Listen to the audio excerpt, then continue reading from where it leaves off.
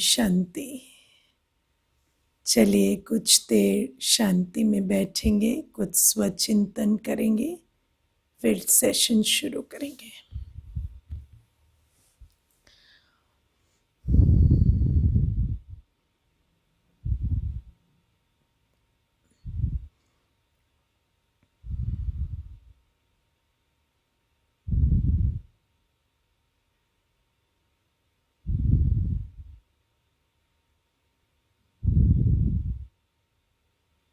अपने शरीर को स्थिर रखें।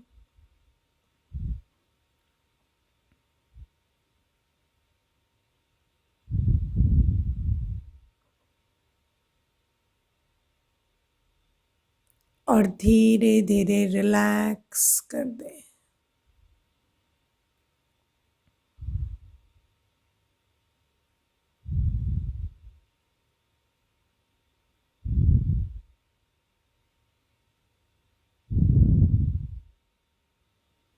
मेरा शरीर सीधा, स्थिर और रिलैक्स्ड है।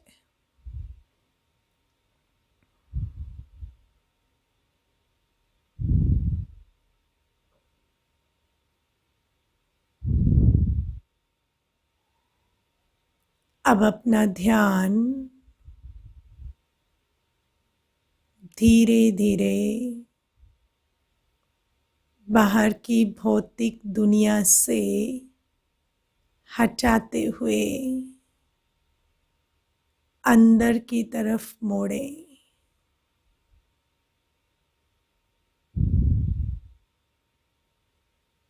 दोनों आंखों के बीच के केंद्र बिंदु से अपने ध्यान को भीतर की तरफ ले जाएं।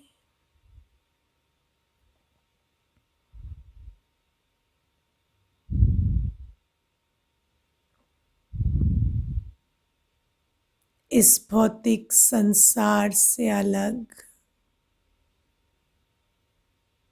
मेरा एक अंतर जगत है।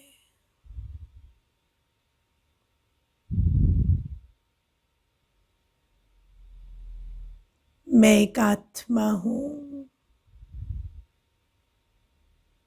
मन, बुद्धि, संस्कार सहित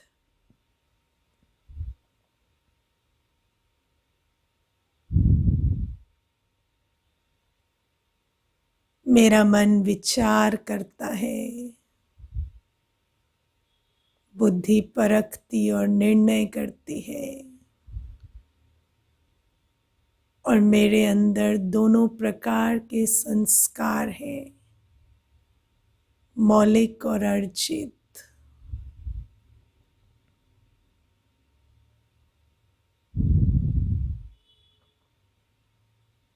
अनुभव करें, मैं एक छोटी सी बिंदी हूँ, एक प्रकाश पुंज, एक सितारा, बिल्कुल सूक्ष्म छोटा सा सितारा। और मेरे अंदर कितना कुछ भरा हुआ है।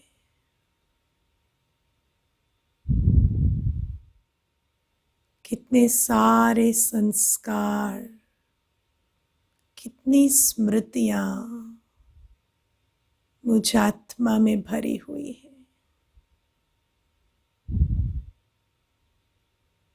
जैसे एक छोटा सा पेन ड्राइव, उसमें कितना डेटा होता है। मैं आत्मा भी हूँ छोटी सी, बहुत छोटा बिंदु। देखें स्वयं को एक छोटा सा प्रकाश पुंज हूँ मैं, सितारा बिल्कुल छोटा, चमकता हुआ सितारा।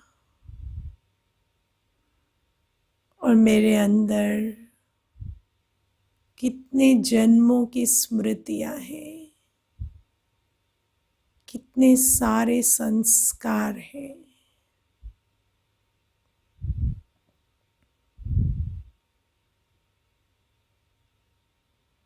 मेरी बाहर की दुनिया मेरे संस्कारों के चश्मे के आधार से नजर आती है।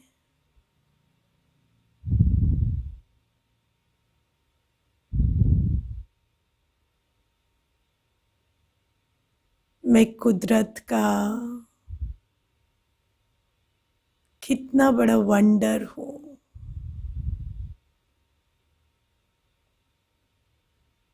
विज्ञान से भी परे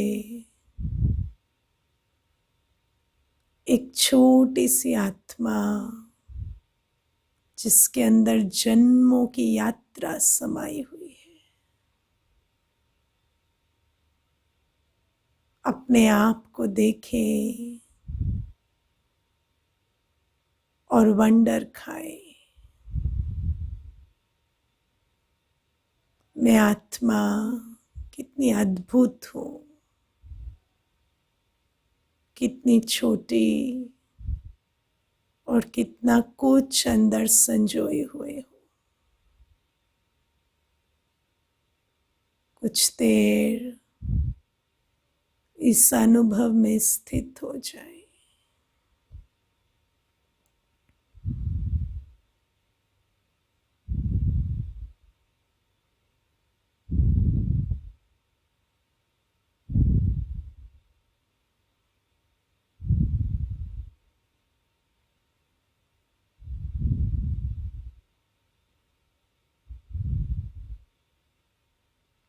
ओम शांति।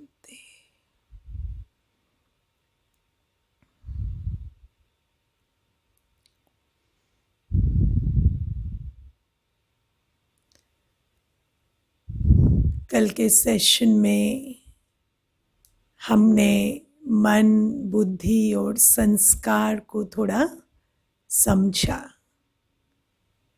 हम जो कर्म बार बार करते हैं वो हमारा संस्कार बन जाते हैं, और फिर वो संस्कार जो हम बनाते हैं वो हमारे कर्मों का आधार बन जाते हैं, है ना। जैसे आप देखो, जब मान लीजिए एक छोटा सा बच्चा है, उसको ईगो क्या है नहीं पता, इंसल्टेड फील करना नहीं आता, है ना। छोटे बच्चे को पता चलता है मेरी इंसल्ट हुई, अगर उसको नहीं पता, है ना। कई बच्चों को पता चलता है ना, छोटे में भी पता चलता है इंसल्ट हुई। लेकिन अगर कोई बच्चा बहुत इनोसेंट है, उसे नहीं पता इंसल्ट का, तो उसको कोई कुछ भी कहेगा उसको इंसल्टेड फील नहीं होगा। लेकिन जिसको मान अपमान का ज्ञान है, उसको छोटी छोटी बातों पर इंसल्टेड फील होता है। क्यों? क्योंकि दुनिया हमें वैसी नजर आती है, या हमारी सोच और भावनाएं वैसी होती हैं जैसा हमने संस्कार बनाया है। यदि मैंने इंसल्टेड फील करने का संस्कार बनाया है तो मुझे इंसल्टेड फील होगा। अगर मैंने नहीं बनाया है तो मुझे ये फीलिंग नहीं होगी। एक बहुत सुंदर नियम है, हमें जो भी अनुभव होते हैं बाहर की दुनिया में, वो वास्तविकता में हमारे संस्कार हैं जो अंदर बैठे हैं। अगर मेरे अंदर वो संस्कार नहीं है तो मुझे दुनिया में वो अनुभव नहीं हो सकता। जैसे आप देखो कि परिस्थिति सेम है। मान लो एक संतरा है और एक नींबू है, दोनों की परिस्थिति सेम है, दोनों पर प्रेशर डाला गया, तो एक में से खट्टा रस निकलता है, एक में से मीठा निकलता है। क्यों? क्योंकि जो अंदर समाया है वही परिस्थिति में निकलता है। ऐसे ही परिस्थिति हर मनुष्य की सेम होते हुए भी हर एक के अंदर जो बसा है, हर एक आत्मा का जो संस्कार है, वो उस घड़ी प्रदर्शित होता है ना।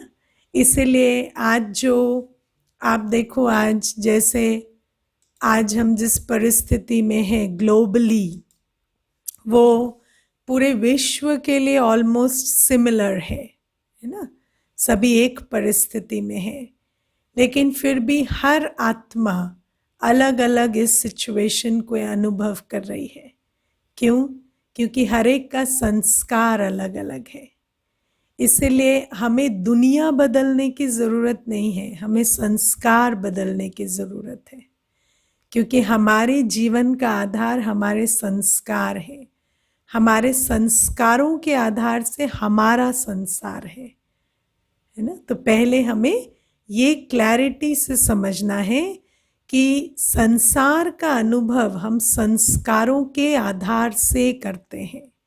किसी भी परिस्थिति में हम जिस तरह की सोच या भावना या वृत्ति या दृष्टिकोण क्रिएट करते हैं, वो हमारे संस्कारों के कारण है। अब ये तो हमें थोड़ा थोड़ा समझ में आने लगा कि हमें संस्कार बदलने हैं, लेकिन संस्कार हमारे इतने खराब कैसे हुए, पहले हमें ये समझना होगा। क्योंकि आप देखो, जैसे अगर मैं आपको एक गुत्थी दूं और उसे कहूँ सुलझाओ उसे, है ना, गांठ लगी हुई है कई 4-5, और कहूँ उसे सुलझा दो, तो अगर आप उसे देख लें कि ये लगी कैसे है, तो सुलझाना बहुत इजी हो जाता है ना। हालांकि सुलझाने में भी एफर्ट लगेगा, लेकिन अगर ये प्रोसेस समझ आ गया है कि गांठें लगी कैसे हैं, तो फिर उसे सुलझाना इजी हो जाता है। तो ऐसे ही हम पहले ये समझेंगे कि हमारे ये जो इतने सारे अर्जित नेगेटिव संस्कार बने, वो मूल किस कारण से बने। तो उसका जो मेन रीज़न है वो है बॉडी कॉन्शियसनेस, जिसको देह अभिमान कहते हैं। ये देह अभिमान का सीधा सीधा मतलब होता है अपने को शरीर समझना। हम हैं आत्मा, और हमने क्या समझ लिया, हमने अपने को शरीर समझ लिया। उसी कारण से ये सारे जो अर्जित नेगेटिव संस्कार हैं उनका जन्म हुआ। इसीलिए ही इस विधि को भी हम ठीक से एलैबोरेटली समझेंगे। इसीलिए जब आप ज्ञान में आते हैं, आपने वैसे भी कभी ब्रह्मा कुमारीज में वीडियोस देखे होंगे या क्लासेस सुनी होंगी, या अभी भी जो आप कोर्स कर रहे हैं, तो आप देखते हैं कि मैं रोज़ ही एक बात को लेके शुरू हो जाती हूँ कि हम आत्मा हैं, है ना। कई बार व्यक्ति को लगता है ये हम आत्मा है, हम आत्मा है, इतना क्यों आत्मा आत्मा। लेकिन ये जो मैं आत्मा हूँ, इस पर इतना एम्फेसिस क्यों दिया जाता है? क्योंकि जितनी भी गड़बड़ हुई वो हाँ मैं आत्मा हूँ से मैं कुछ और हूँ बनने से ही हुई है। इसीलिए अगर आपको इस पूरी गुत्थी को सॉल्व करना है, तो आपको दोबारा कहाँ जाना पड़ेगा, मैं आत्मा हूँ पर।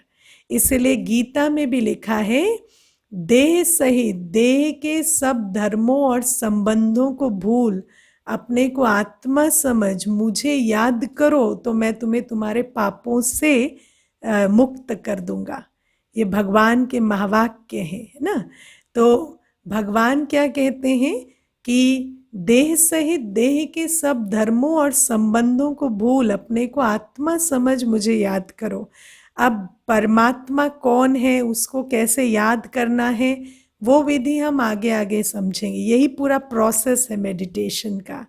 लेकिन सबसे पहले जिसको याद करना है परमात्मा को, जिससे विकर्म विनाश होंगे, वो मैं आत्मा हूँ। और मैं आत्मा आज अपने को आत्मा के अलावा बहुत कुछ समझने लगी हूँ। उसी कारण से ही आज मेरे अंदर ये जो इतने सारे संस्कार हैं उन्होंने जन्म लिया है ना। अब हम इस प्रोसेस को पहले समझेंगे। अब आप देखो, जैसे मान लीजिए ये साड़ी है ना। तो ये साड़ी मैं नहीं हूँ ना, मैं तो इस साड़ी को पहनती हूँ, पर ये साड़ी मैं नहीं हूँ। लेकिन मान लीजिए कि मुझे एक भ्रम हो जाए मैं ये साड़ी हूँ, है ना, मुझे कन्फ्यूजन हो गई है या इल्यूशन हो गया है कि मैं ये साड़ी हूँ।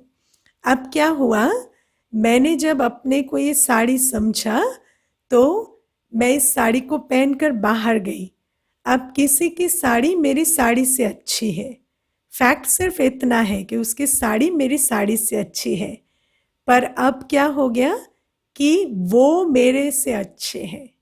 क्यों? क्योंकि मैं और साड़ी तो एक हो गए ना, तो अब साड़ी साड़ी का फर्क नहीं रहा, मेरे और उसमें फर्क आ गया। माना वो मेरे से ज़्यादा अच्छे हैं या वो मेरे से ज़्यादा सुंदर हैं, और फिर क्या हो गया, सिर्फ साड़ी की बात नहीं रही, मेरी आइडेंटिटी की बात हो गई। और क्वेश्चन यहाँ आ गया कि मेरी वैल्यू उनकी वैल्यू से ज़्यादा है या कम है, या मेरी सुंदरता उनकी सुंदरता से ज़्यादा है या कम है। अब इसके बाद और थोड़ा आगे गई और इस साड़ी को कोई डैमेज हो गया, तो अब अंदर क्या थॉट चलेगा, मुझे डैमेज हो गया, है ना, और मुझे डैमेज हो गया तो मेरी फीलिंग कैसी होगी, और साड़ी को डैमेज हुआ तो फीलिंग कैसी होगी, है ना। अब आप देखो आगे चले और साड़ी जो है वो घिस गई या खराब हो गई, तो 1-2 साल 3 साल में खराब हो गई। अब मेरे अंदर क्या थॉट चलेगा, अरे मैं ही घिस गई या मेरा ही विनाश हो रहा है। तो अब साड़ी तो चेंज हो सकती थी, नई साड़ी मिल सकती थी, लेकिन अगर उसके साथ अपने अस्तित्व को जोड़ रखा है तो अंदर की जो स्थिति है वो कितनी डिस्टर्ब हो गई, क्योंकि अब मेरा अस्तित्व इस साड़ी के अस्तित्व से जुड़ा हुआ है। अब आप देखो ये एग्जाम्पल सुनने में कितना फ़नी लगता है ना, लेकिन हमारी लाइफ भी इतनी फ़नी चल रही है, क्योंकि हमने अपने आप को शरीर और शरीर से जुड़ी सारी चीज़ों से जोड़ रखा है, जो कि हम नहीं हैं। अब आप देखो शरीर की यात्रा क्या है, शरीर छोटा होगा, जवान होगा, फिर उसके बाद बूढ़ा होगा, फिर एक दिन शरीर छूटेगा। पर आत्मा की क्वालिटी क्या है, आत्मा तो अजर अमर अविनाशी है। तो मैं आत्मा जो हूँ, मैं कभी छोटी या जवान या बूढ़ी नहीं होती, लेकिन क्योंकि मैं अपने को शरीर समझती हूँ तो उस कारण से मेरे अंदर भी ये भ्रम क्रिएट हो जाता है कि मैं छोटी हूँ, मैं जवान हूँ, मैं बूढ़ी हूँ, या मेरी मृत्यु होने वाली है। तो मृत्यु का भय भी क्यों सताता है, क्योंकि हम अपने को शरीर समझते हैं। और आप देखो कि इस दुनिया में शरीर और शरीर से जुड़ी हुई ऐसी कोई भी चीज़ नहीं है जो परिवर्तनशील या विनाशी ना हो, क्योंकि ये पूरी जो दुनिया है 5 तत्वों की, इसमें सब कुछ विनाशी और परिवर्तनशील है। और जब हम उनसे अपने अस्तित्व को जोड़ देते हैं तो अंदर की अवस्था कैसे हो जाती है, अंदर की अवस्था कभी भी स्टेबल नहीं रहती, क्योंकि जैसे ही वहाँ पर चेंज आता है अंदर हलचल होती है। अब देखो जैसे ये माइक और ये स्टैंड है, वैसे तो अलग अलग है ना, इनको मैं डिटैच कर सकती हूँ, लेकिन अभी इनको जोड़ रखा है, तो जैसे ही इसको मूव करूँगी तो ये भी मूव करेगा, है ना, क्यों, क्योंकि जुड़ गए हैं। अब वास्तविकता में ये दोनों अलग अलग हैं। अगर ये मूव होता है तो माइक मूव हो ज़रूरी नहीं है, लेकिन क्योंकि इनको जोड़ दिया है तो ये इकट्ठे मूव होते हैं। ऐसे ही दुनिया जो है, बाहर की दुनिया, शरीर से शुरू कर कर सब कुछ वो विनाशी है, परिवर्तनशील है, लेकिन आत्मा अजर अमर अविनाशी है। आत्मा शांत स्वरूप है, सुख स्वरूप है, आत्मा बनी ही शांति प्रेम सुख से है। लेकिन क्योंकि हम बाहर की चीज़ों से अपने अस्तित्व को जोड़ देते हैं, इसीलिए क्योंकि वहाँ पर डिस्टर्बेंस होती है, वहाँ पर हलचल होती है, वहाँ लॉस है, वहाँ पर गेन है, वहाँ पर ऊपर नीचे की अवस्था है, तो अंदर भी वो अवस्थाओं को हम अनुभव कर रहे हैं, और करते करते करते वो हमारा संस्कार बन रहा है। क्योंकि मैंने बताया ना, जो बार बार सोचेंगे, जो बार बार फील करेंगे, जो कर्म बार बार करेंगे, वो हमारा संस्कार बनेंगे। अब आत्मा के अंदर इतने सारे संस्कार नेगेटिव आए कैसे, सिर्फ ये एक्सटर्नल वर्ल्ड से अपने अस्तित्व को जोड़ने के कारण ही सारे के सारे हमारे अंदर नेगेटिव संस्कार बने। इसीलिए अगर हमें वापस जाना है अपने मूल संस्कार पर, तो मुख्य अभ्यास यही करना होगा कि एक तो मैं इस शरीर से, इस दुनिया से न्यारी आत्मा हूँ और मेरी क्वालिटी अविनाशी है, शांत है, प्रेम स्वरूप है, सुख स्वरूप है, बाहर हलचल है पर मेरे अंदर स्थिरता है। और जब बार बार आप ये अभ्यास करेंगे मेंटली, तो ये संस्कार बन जाएगा। क्योंकि कल मैंने आपको बताया ना कि अंदर की दुनिया कल्पना और रियलिटी में डिफ्रेंशिएट नहीं करती। तो जैसे जैसे हम अंदर भी ये चित्र बनाएंगे बार बार कि मैं आत्मा हूँ और मैं अविनाशी हूँ, मैं स्थिर हूँ, मैं शांत हूँ, तो वो संस्कार हमारे अंदर बनता जाएगा। और जब वो संस्कार बन जाएगा तो फिर जैसे आज कोई भी परिस्थिति हो या ना हो, हम अशांत होने में टाइम नहीं लगाते या दुखी होने में टाइम नहीं लगाते, है ना। तो वैसे ही कोई भी परिस्थिति हो, मेरा संस्कार शांति का है तो मैं शांति रहूँगी, मेरा संस्कार खुशी का है तो मैं खुश रहूँगी। आपको ये समझ आता है कि आपके जो संस्कार हैं वो परिस्थिति पर डिपेंड नहीं करते, संस्कार के कारण आपका बिहेवियर ऐसा है। जैसे आप देखो, कभी कभी कोई व्यक्ति आपको अपमानित करता है तो आपको अपमानित महसूस होता है ना, कोई ऐसे उल्टी बात करता है। कभी कभी ऐसा भी होता है, आप जीवन में जब झांक कर देखेंगे तो, कि कोई आपका अपमान नहीं कर रहा है ना, या मजाक कर रहा है, पर आप वहाँ भी अपमानित महसूस कर रहे हैं। क्यों? क्योंकि अपमानित महसूस करने का संस्कार है ना। कोई चीज़ खोई है रियली, तो आप देखो खोते हम कितनी चीज़ें हैं। अभी पिछले 1 महीने में कितना लॉस हुआ है ना, कोई थोड़ी बहुत लॉस हुआ होगा, लेकिन हमें दिन भर खोने का डर लगा रहता है और दिन भर हमें ऐसा लगता है ये ना चला जाए, ये ना खो जाए, ये ना चेंज हो जाए। क्यों? क्योंकि हमारे संस्कारों से हमारी सोच है, वास्तविकता से उसका कोई लेना देना नहीं है। इसीलिए जब हमारा संस्कार परिवर्तन हो जाएगा तो हमारे जीवन का अनुभव बिल्कुल बदल जाएगा।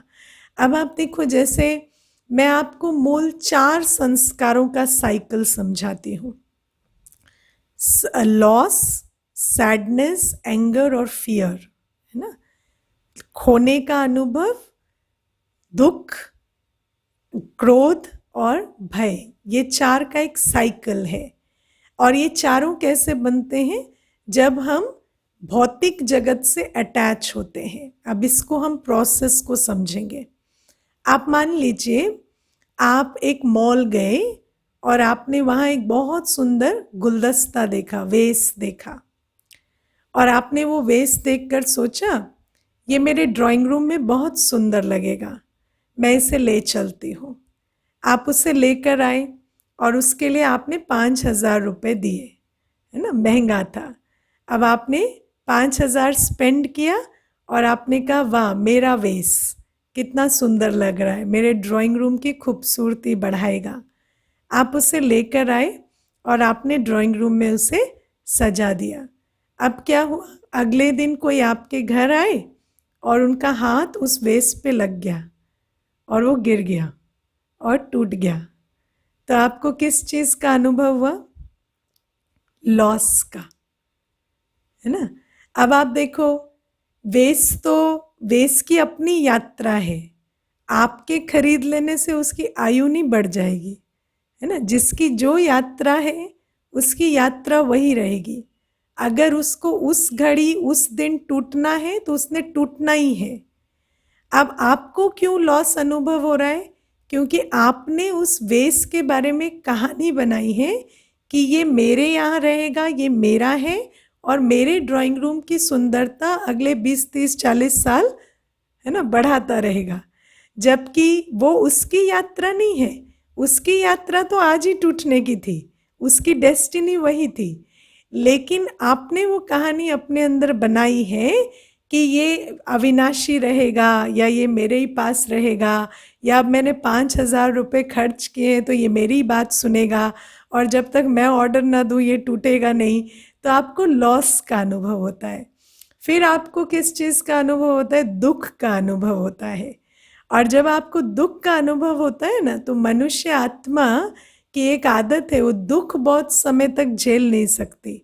तो क्या करती है, वो उस व्यक्ति या किसी एक ऐसे चीज़ को, परिस्थिति को, व्यक्ति को ढूंढेगी जिसको ब्लेम कर सके उस दुख के लिए, है ना, ताकि वो दुख को क्रोध में बदल सके।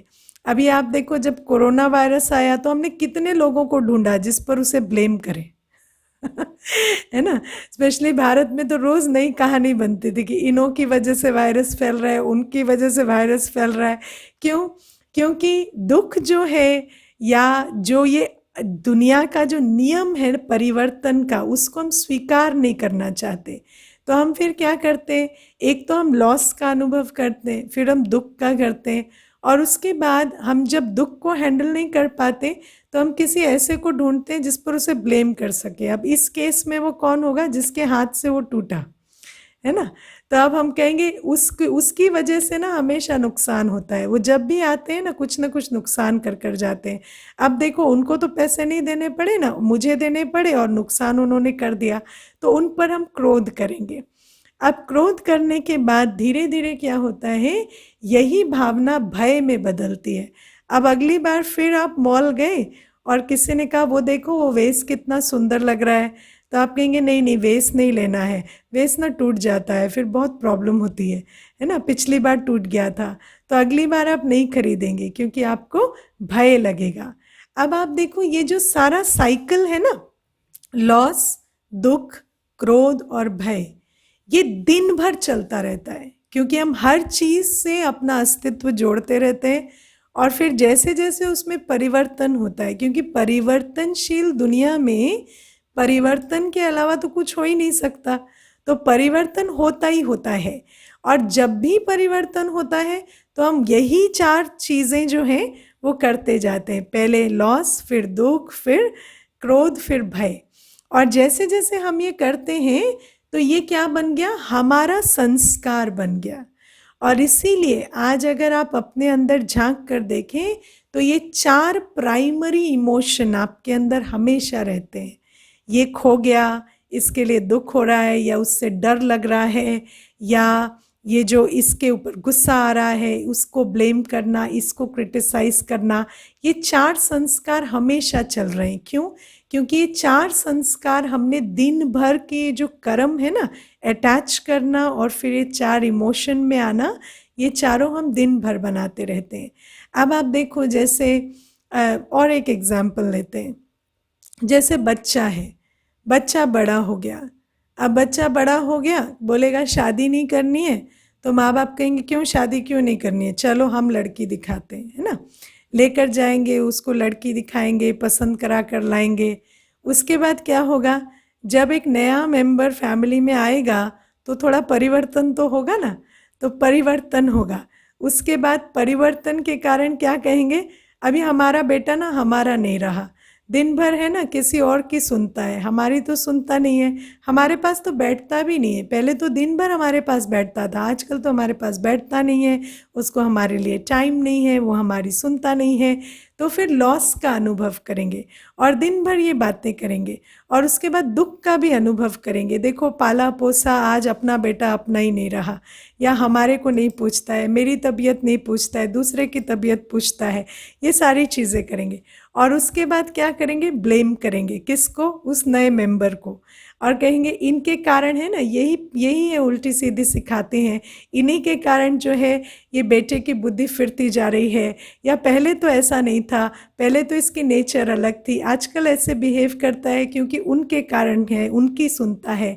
तो ब्लेम करेंगे और उस पर फिर गुस्सा होते रहेंगे। और उसके बाद नेक्स्ट जब शादी की टाइम आएगा तो कहेंगे इसकी शादी तो थोड़ी रुक के करेंगे, क्योंकि पहले वाले की तो शादी की तो हाथ से ही निकल गया, तो फिर इसकी शादी थोड़ी रुक के करेंगे, क्योंकि ये आजकल का सिलसिला ही ऐसा हो गया है कि डर लगता है कौन कैसी आएगी, उसके बाद किस तरह से व्यवहार करेगी, कैसे घर संभालेगी। तो ये जो 4 भावनाएं हैं या आप देखो हर जगह हम बनाते रहते हैं, और बनाते बनाते हमारा अपना संस्कार ऐसा हो गया है कि हम दिन भर बहाने ढूंढ रहे हैं, लॉस फील करने के, क्रोध करने के, दुखी होने के और भय अनुभव करने के। अब आप देखो, हमारे डरने से दुनिया के हालात बदल जाएंगे क्या? बदल जाएंगे। अगर अगर ये सिचुएशन है तो है, उससे डील करना पड़ेगा, है ना। लेकिन हम अननेसेसरली दिन भर डरते हैं। क्यों डरते हैं? क्योंकि डरना हमारा संस्कार है ना। कई बार लोग कहते डरे कैसे नहीं, या डरे क्यों नहीं। अब आप देखो, अगर तो डरने से, आपके डरने से वायरस को कोई फर्क पड़ता तो हाँ, सबको कलेक्टिवली बैठकर डरना चाहिए, है ना, क्योंकि डरने से फिर वो भाग जा रहा है या कोई परिस्थिति बदल रही है। लेकिन हमें ऐसा क्यों लगता है कि हमारा डरना ज़रूरी है, या हमारे डरने से कोई बहुत बड़ा एक परिवर्तन आ रहा है? हमारे डरने से, या हमारे इरिटेट होने से, या दुखी होने से, या परेशान होने से भी परिस्थिति वैसी की वैसी ही है। सिर्फ क्या हो रहा है, अपना नुकसान हुए जा रहा है। तो जब परिस्थिति को हमारी इस रिस्पॉन्स से कोई फर्क पड़ ही नहीं रहा, तो हम अपना नुकसान क्यों कर रहे हैं, बार बार डर कर या दुखी होकर या चिंता कर कर? सिर्फ इसलिए क्योंकि ये हमने संस्कार बनाया है, और हम अपने संस्कारों को बार बार जस्टिफाई करते हैं कि क्या करें, ऐसा तो होता ही है, ऐसा तो फील होता ही है, या ये डर तो लगता ही है, या दुख तो होता ही है। लेकिन अगर होता है तो उसको चेंज करें ना, क्योंकि अगर यही होता चला जाएगा तो परिस्थिति को उससे कोई फर्क नहीं पड़ेगा। केवल हमारा संस्कार बद से बदतर हो रहा है, और हमारे इन नेगेटिव संस्कारों का असर हमारे शरीर पर, हमारे काम पर, हमारी परफॉर्मेंस पर, हर चीज़ पर पड़ रहा है। तो हम अपने संस्कारों को रिकॉग्नाइज करें, हम उन्हें जस्टिफाई ना करें। हम ये ना कहें ये परिस्थिति के कारण है, नहीं, परिस्थिति अपनी जगह है, हमारा संस्कार अपनी जगह है ना। परिस्थिति प्रतिकूल है, वो एक सत्य है। हमारा संस्कार क्रोध करने का है, वो दूसरा सत्य है। हमें अपना संस्कार बदलना है अपने लिए, और परिस्थिति के, हम अगर गुस्सा करते भी रहे या डरते भी रहे, परिस्थिति को तो हम उससे बेटर नहीं बना रहे ना। तो हम ये क्यों कहते हैं इस परिस्थिति में तो ऐसा होगा ही या करना ही पड़ता है। हाँ, अगर वो कोई सल्यूशन होता तो हम कहते करना ही पड़ता है, लेकिन उससे तो कुछ हो नहीं रहा। तो हम अपने संस्कारों को समझें कि हमारे संस्कार हमारे अनुभव का आधार है, और परिस्थिति, किसी भी परिस्थिति में मैं वैसा अनुभव कर रही हूँ जैसा मेरा संस्कार है। और अगर मुझे अपने अनुभव को बदलना है तो मुझे अपने संस्कार को बदलना होगा। संस्कार को कैसे बदलना है वो भी हम समझेंगे, लेकिन पहले हम ये समझते हैं कि मेन जो प्रॉब्लम है वो संसार नहीं है, वो हमारा संस्कार है ना। और मैं आपको एक छोटी सी बात बताती हूँ, अगर आपका इस संस्कार के साथ यदि आपको एक बहुत अच्छी परिस्थिति भी दे दी जाए ना, तो भी उस परिस्थिति में भी आप वैसा ही अनुभव करेंगे जैसा अभी कर रहे हैं, क्योंकि वो संस्कार बन चुका है। जैसे आप देखो, पहले लोग कहते थे कि घर में क्योंकि प्यार नहीं है या आपस में संबंध अच्छे नहीं हैं, तो इस कारण से लोग मोबाइल देखने लगे, है ना, या मोबाइल पर टाइम स्पेंड करने लगे। अब आप देखो, एक बार वो टाइम स्पेंड करने लगे और वो संस्कार बन गया, उसके बाद अगर आप उनको बहुत अच्छा एनवायरनमेंट भी आसपास देंगे ना, वो मोबाइल छोड़कर नहीं आएंगे, है ना। क्यों? क्योंकि अब वो उनका संस्कार बन गया। इसीलिए बताया ना, पहले परिस्थितियों के कारण संस्कार बनते हैं, लेकिन फिर संस्कार हमसे कर्म कराते हैं, परिस्थितियों का उसमें कोई रोल नहीं होता। इसीलिए आज के समय में जो हम संस्कार बनाते जा रहे हैं, जैसे आज आप देखो कि हमारे अंदर अगर लोगों से इंटरेक्ट करने का संस्कार खत्म होता जा रहा है, या अपने आप में रहने का संस्कार बढ़ता जा रहा है, या अपने प्राइवेट में गंदी चीज़ें देखना या नेगेटिव विचार या नेगेटिव कंटेंट देखने का संस्कार आप बढ़ाते जा रहे हैं, तो भले ही बाद में परिस्थिति कितनी भी बदल जाए, आपका संस्कार ऐसा बन जाएगा कि ये संस्कार आपसे वही वही कर्म कराएगा और आप अपनी परिस्थिति खुद डिज़ाइन कर लेंगे अपने संस्कार को मैनिफेस्ट करने के लिए, है ना। जैसे किसी का अगर क्रिटिसाइज करने का संस्कार बन जाता है तो उसको परफेक्ट से परफेक्ट काम में भी क्रिटिसिज्म ढूंढने का मौका मिल जाएगा। क्यों? क्योंकि वो उनका संस्कार है और संस्कार अपने लिए परिस्थिति खुद क्रिएट कर लेता है। तो ये जो हमारे आज संस्कार बने हैं, इन सब का मूल कारण क्या है कि हम अपने को बाहर की चीज़ों से जोड़ कर देखते हैं, और क्योंकि हम बाहर की चीज़ों से जोड़ कर देखते हैं और शरीर से, संबंध से, बाहर की सिचुएशन से, और वो सब परिवर्तनशील है, तो परिवर्तनशील दुनिया के साथ हमारे ये 4 मुख्य संस्कार बनते हैं।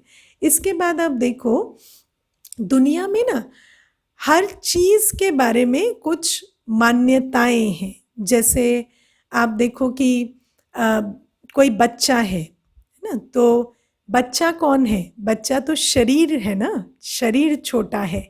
आत्मा तो आत्मा है, लेकिन उसको सब देखते किस तरह से? ये तो छोटा है, ये तो बच्चा है ना। तो जब सबकी दृष्टि उसकी तरफ ये होती है, ये तो छोटा है, ये तो बच्चा है, तो उसके अंदर भी कौन सा संस्कार डेवलप होता है कि मैं छोटा हूँ, मैं बच्चा हूँ। मैं आपको ना एक छोटा सा एग्जाम्पल देती हूँ, उससे ये बात बहुत क्लियर हो जाएगी। एक बार ना सेंटर पर हम प्रोग्राम करा रहे थे, तो 2 भाई आए अपनी माँ के साथ। तो एक भाई जो था वो 5 साल का था और दूसरा 3 साल का था, तो छोटे छोटे दोनों थे। अब वो जो 5 साल वाला है वो बिल्कुल सीधा बैठा है पूरे प्रोग्राम में और बड़े अलर्ट होके सुन रहा है, और कोई बदमाशी नहीं, कोई चंचलता नहीं उसमें, वो बिल्कुल स्थिर शांत बैठा है। और वो जो 3 साल वाला है वो बहुत चंचलता कर रहा है, इधर उधर भाग रहा है। तो वो जो 5 वर्ष वाला है ना, वो उस 3 वर्ष वाले को ऐसे टेढ़ी टेढ़ी नज़रों से देख रहा है, उसको थोड़ी वार्निंग भी दे रहा है। उसके बाद उसने नोटिस किया कि मैं भी उसको देख रही थी, वो 3 साल वाले को, तो मुझे कहता है, आप माइंड मत करना, ये छोटा है ना। तो मैंने उसको कहा, और आप? तो मुझे कहते, मैं तो बड़ा हूँ ना। तो मैंने कहा, हाँ राइट। तो आप देखो कि वो उसकी भी उम्र 5 साल है, लेकिन वो सुनता क्या जा रहा है बचपन से। जब से वो 3 साल, वो छोटा बच्चा आया घर में, तो वो 3 साल से यही सुन रहा है, आप बड़े हो, आप बड़े हो, आप बड़े हो, आपको समझना है, आपको समझदार रहना है, आप बदमाशी मत करो। तो उसके अंदर संस्कार कौन सा बन रहा है? बड़े वाला।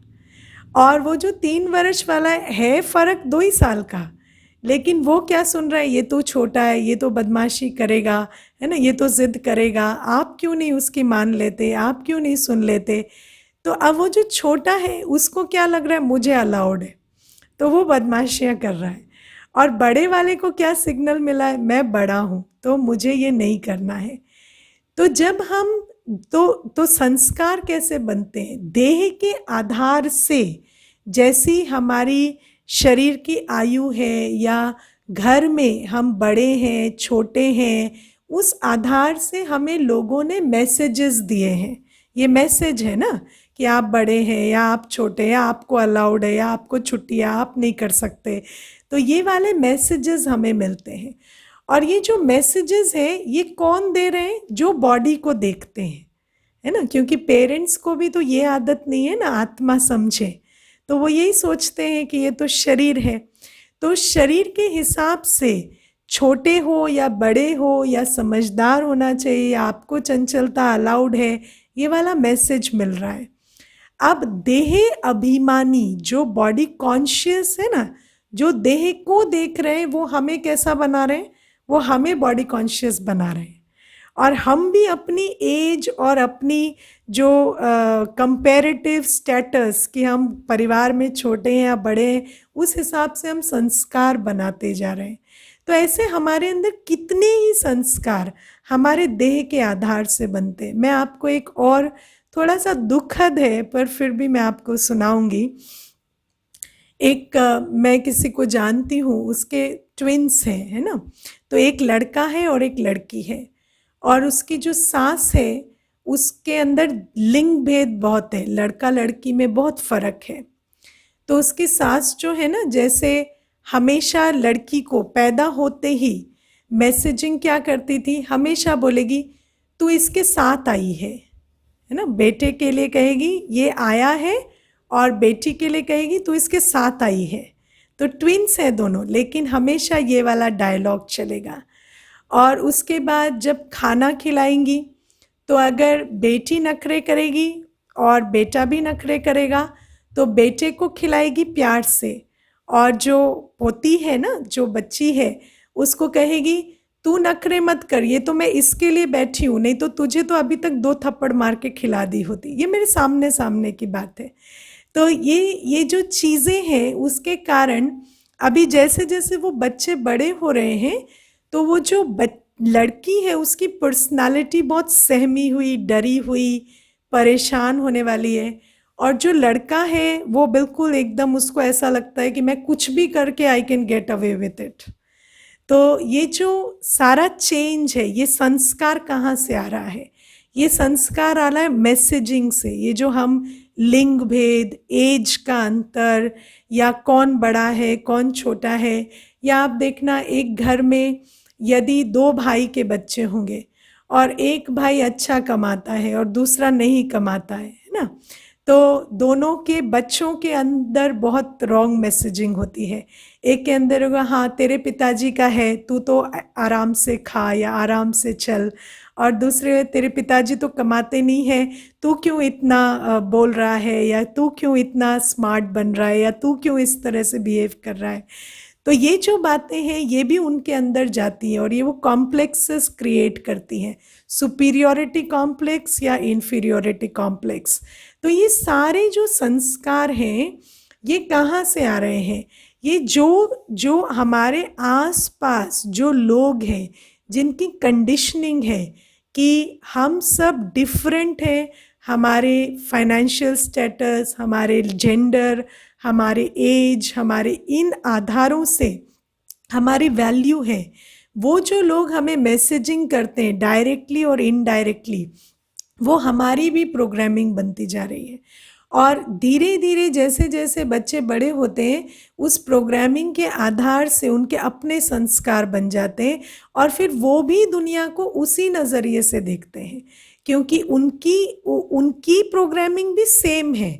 हालांकि उनको उस प्रोग्रामिंग से दुख हुआ, कष्ट हुआ, लेकिन फिर भी बड़े होते होते वो भी उस प्रोग्रामिंग का शिकार होते हैं और वो भी उस प्रोग्रामिंग को आगे बढ़ाते हैं। इसीलिए जिसके अंदर पैसे को लेके डिस्क्रिमिनेशन हुआ होगा वो फिर आगे पैसे कमा कर ही अपनी ईगो को बूस्ट करना चाहता है ना। कहते हैं कि मुझे अब सबको दिखाना है कि मैं भी कोई कम नहीं हूँ, या मेरे पास भी बहुत कुछ है।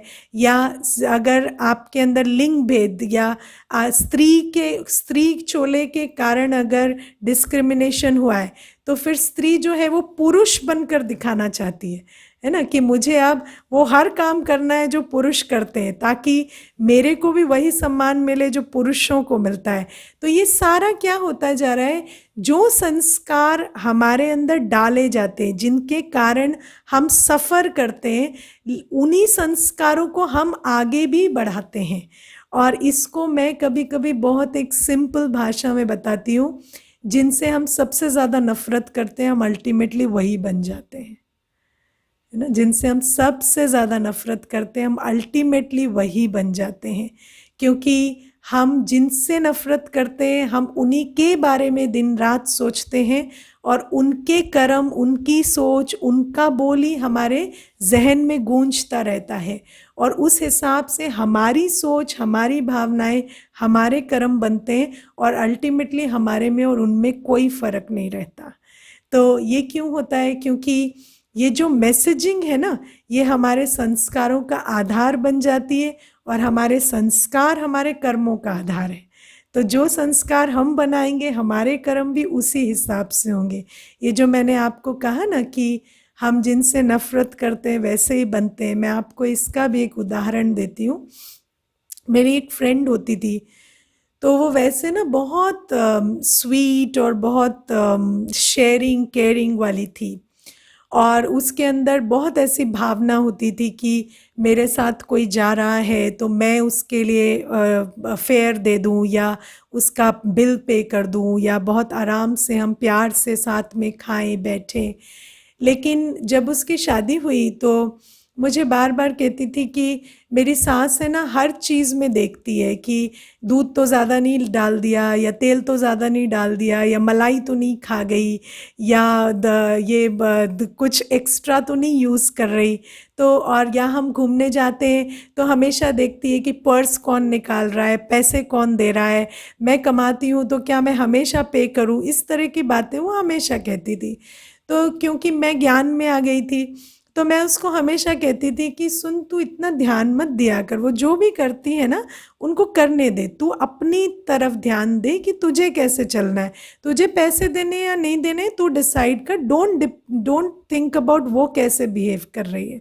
लेकिन क्या करें, है ना, तो उसने फिर भी वही किया, और बार बार वो देखती रहती कि अब ये सोच रही है, अब वो ऐसे सोच रही है, अब वो ऐसे बिहेव कर रही है, या अभी वो अगर उठ कर आई है तो वो ये चेक करने आई है।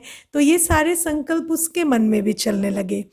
अब 1-2 साल के बाद मैंने नोटिस किया कि जब हम बाहर घूमने जाते थे तो वो भी वही करने लगी, वो भी देखने लगी कौन पैसे दे रहा है, या कौन ज़्यादा यूज़ कर रहा है फैसिलिटी, कौन कम यूज़ कर रहा है। उसके अंदर वो संस्कार बिल्कुल भी नहीं थे, लेकिन अल्टीमेटली वो भी सेम बिहेव करने लगी कि कौन ज़्यादा खा रहा है, कौन ज़्यादा पहन रहा है। तो मैंने एक दिन उसको बिठा कर बोला कि कभी अपने आप को आईने में देखना, क्या बनती जा रही हो, है ना, जिनसे जिसकी इतनी बुराई करती हो ना उसकी पूरी फोटोकॉपी बनती जा रही हो। तो फिर बहुत उसको उसको थोड़ा सा प्यार से समझाया, तो उसके बाद थोड़ा थोड़ा ध्यान देना शुरू की और थोड़ा परिवर्तन आया। तो ये जो चीज़ है ना कि हम जिस भी परिवेश में रहते हैं, हम रहते ही बॉडी कॉन्शियस दुनिया में हैं, जहाँ पर हर कोई इस तरह का डिस्क्रिमिनेशन करता है। तो जब हम ऐसी दुनिया में रहते हैं तो हमें बहुत बहुत अपने संस्कारों का ध्यान रखना होगा, क्योंकि जो हम बार बार करेंगे, अगर वो बुरा सोच रहा है और आप ये सोच रहे हैं कि वो क्या सोच रहा है, तो आप क्या सोच रहे हैं, आप भी तो वही सोच रहे हैं ना, है ना। वो बुरा सोच रहा है और आप वो सोच रहे हैं जो वो सोच रहा है, तो आप भी बुरा ही सोच रहे हैं। तो जब आप और वो सेम सोच रहे हैं, और सोच, भावना और एटीट्यूड और फिर कर्म करते संस्कार बनेगा, तो अल्टीमेटली आप भी वही बन जाएंगे ना। तो इसीलिए इस दुनिया में जहाँ पर हर कोई बॉडी कॉन्शियस है, हमें ये समझना है मैं एक आत्मा हूँ, और मैं आत्मा जो कर्म करती जा रही हूँ वो मेरा संस्कार बन रहा है। और इसीलिए बहुत बहुत अटेंशन देना है।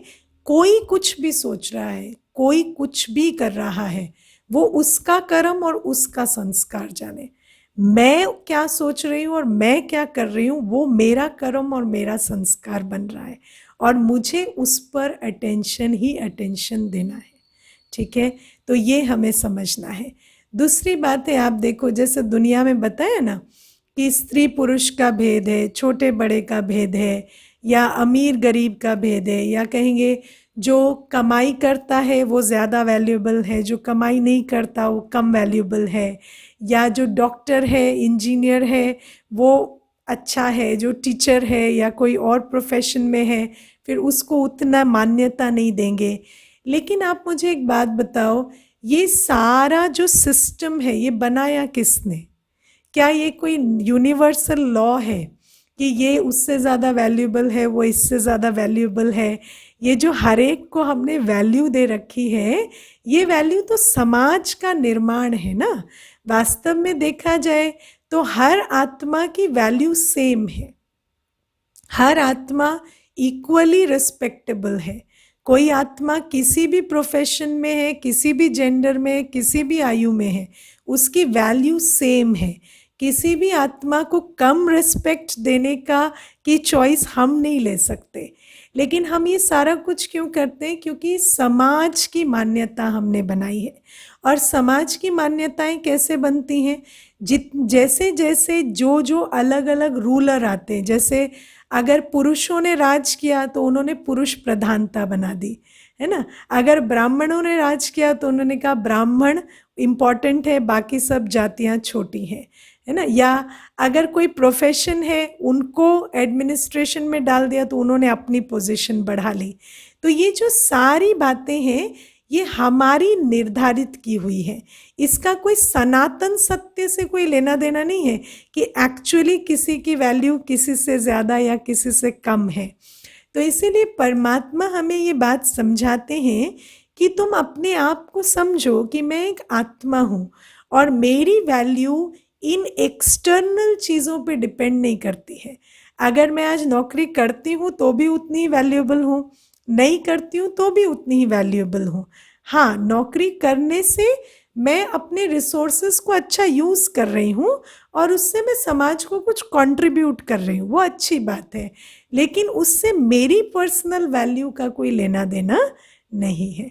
तो इन बातों पर आप विचार करिए, बहुत विचार करिए कि आप वास्तविकता में कौन हैं और आपकी वैल्यू क्या बाहर की चीज़ों से निर्धारित होती है और आपने कौन कौन से संस्कार बनाए हैं इस बॉडी कॉन्शियसनेस के कारण। और कल हम आगे सुनेंगे। 2 प्रश्न हैं, उनको मैं ले लेती हूँ। Is our upbringing also our संस्कार्स और they contribute to our संस्कार्स? हमारी अपब्रिंगिंग के हिसाब से हमारे संस्कार बनते हैं, जो मैंने प्रोसेस समझाया। इज अटैचमेंट ऑल्सो रॉन्ग संस्कार? हाँ, क्योंकि अगर आप अटैचमेंट नेचुरल होता तो आप पैकेज में भेजे जाते, लेकिन आप अकेले आते हैं, अकेले जाते हैं, है ना। तो इसीलिए आपको यहाँ जो भी कुछ मिलता है अगर आप ये सोचते हैं किसी चीज़ के बिना आप चल नहीं सकते और उससे अटैचमेंट रखना आपकी नेचुरल टेंडेंसी है, तो ये कंडीशनिंग है। हमें ये सिखाया जाता है कि इसके बिना आपका नहीं चलेगा, उसके बिना आपका नहीं चलेगा। आप सोचो, व्यक्ति के पास 2 पैर नहीं होते या 2 हाथ नहीं होते या आंखें नहीं होती, नाक नहीं होता, तब भी उनका चलता है ना। तो हम सोचते हैं कि किसी एक के बिना हम अधूरे हैं, ऐसे हम अधूरे कभी नहीं होते। लेकिन जब आत्मा अटैच हो जाती है तो अगर कोई एक भी कमी होती है तो वहाँ हमें लॉस का अनुभव होता है, क्योंकि वो हमारी कंडीशनिंग है ना। ठीक है, okay. We are attached to one person in the family sometimes, not to others. Why so? Is it because of our past karma?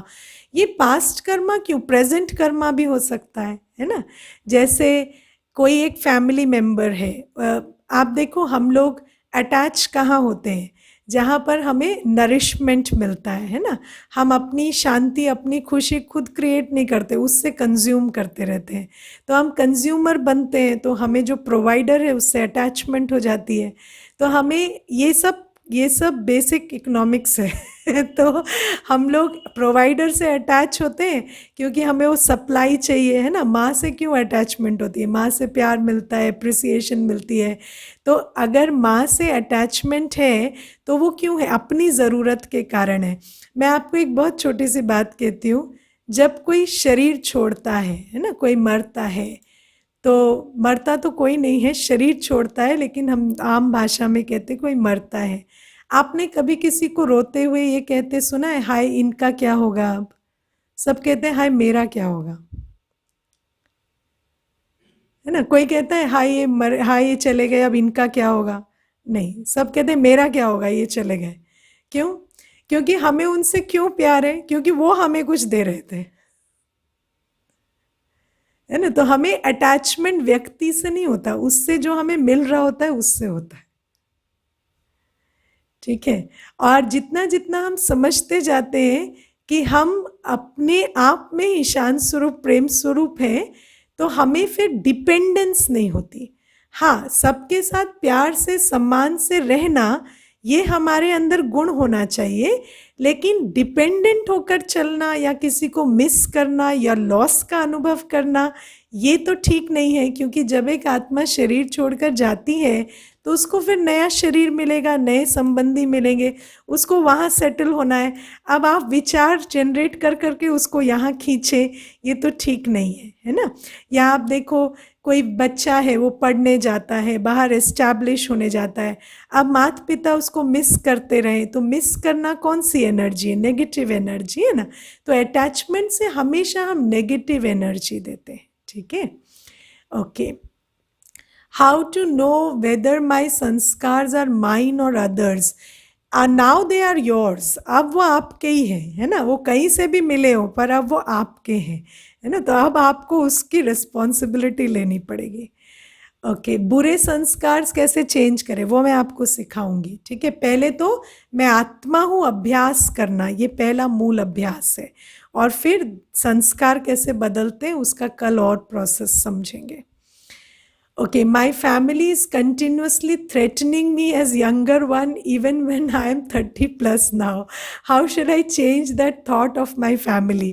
आप अपनी family की treating me, sorry, they are treating you as a younger one, right? So ये जो treating as a younger one है ये चलेगा, तो आप उनको नहीं बदलने की कोशिश करो। आप अपने आप को बार बार कहो, नहीं मैं भी 30 साल का हो गया हूँ, मैं भी बड़ा हूँ है ना। मैं आपको बताती हूँ, एक परिवार में ना 7 बहनें थी, तो 7 बहनों में अब एज डिफरेंस तो बहुत होगा, तो जब भी कोई काम होता तो हमेशा बड़ी को पूछ लो, ये बात होती है ना, बड़ी को पूछ लो, बड़ी को पूछ लो। तो जो 7वीं सबसे छोटी है ना, उसकी भी उम्र 55 साल हो गई थी। तो एक बार उनको कहा कि बड़ी को पूछ लो, तो कहती अब मैं भी बड़ी हो गई हूँ और क्या मैं मरते तक छोटी ही रहूँगी, अभी मुझे भी पूछ लिया करो कभी कभी, है ना। तो ये बात क्या होती है कि जो छोटे होते छोटे ही रह जाते हैं, तो उनको फिर एजर्ट करना पड़ता है कभी कभी। तो आपको एक्सटर्नली से ज़्यादा अपने अंदर बार बार एजर्ट करना पड़ेगा कि मैं भी बड़ा हूँ, मैं भी रिस्पॉन्सिबल हूँ, और वो रिस्पॉन्सिबिलिटी आपको खुद उठानी पड़ेगी, right. Okay, but for so many years we are living with this. How can it change so quickly? देखो जल्दी तो चेंज नहीं होता है, इसीलिए ये कोर्स कोई 21 दिन का नहीं है। हालांकि हम आपको 21 दिन कहकर बुलाते हैं, क्योंकि 21 साल कहेंगे तो आप आएंगे नहीं, है ना। तो इस कोई 21 दिन की या 21 महीने की नहीं है, तो ये जीवन भर की यात्रा है, और ये स्लोली ग्रेजुअली चेंज होता है। लेकिन इस यात्रा की बहुत सुंदर बात है कि इस यात्रा में हमेशा परिवर्तन होता है। तो जो 21 साल के बाद चेंज होगा वो 21 साल वाला होगा, लेकिन 21 दिन में भी चेंज होगा और 21 महीनों में भी होगा, और धीरे धीरे धीरे धीरे हम थोड़ा थोड़ा थोड़ा बदलते जाते हैं। All right, Om Shanti. चलिए थोड़ा योग करते हैं।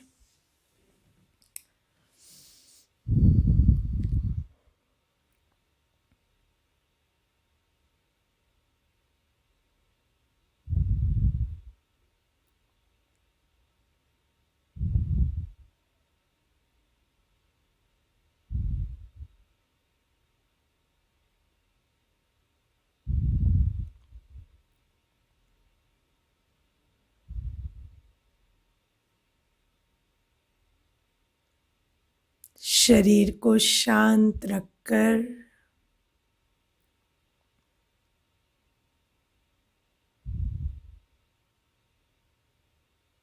स्वयं को याद दिलाएं,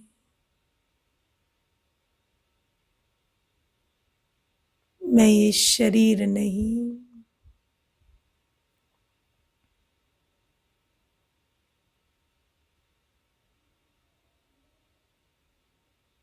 इस शरीर को चलाने वाली शक्ति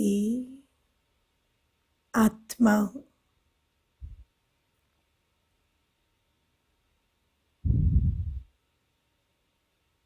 ये शरीर एक बड़ी गाड़ी है,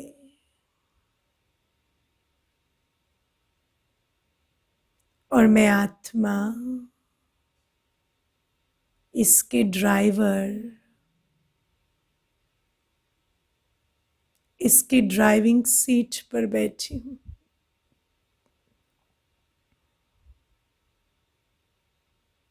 आंखों के पीछे वो ड्राइविंग सीट है जहां बैठ मैं आत्मा इस शरीर को चला रही हूँ।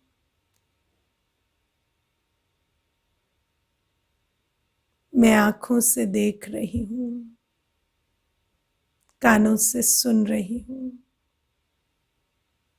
हाथों से कर्म कर रही हूँ,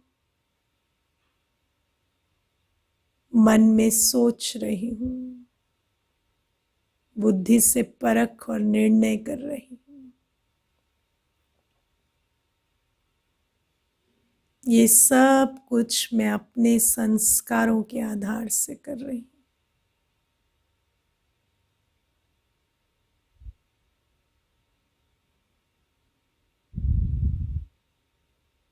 अब अपने आप को याद दिलाएं, मेरा मूल संस्कार शांत है।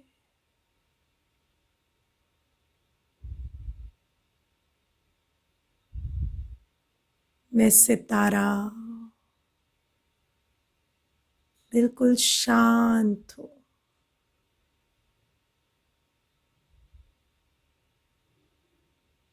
मैं एक प्रकाशमय सितारा हूँ जिससे सफेद शांति की किरणें निकल रही हैं।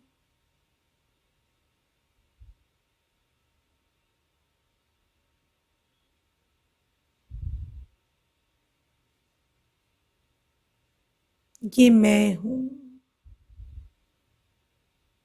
मुझ आत्मा की अपनी ऊर्जा शांति है।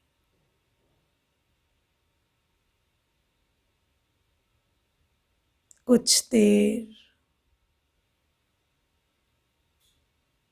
अपने शांत स्वरूप के अनुभव में स्थित हो जाए।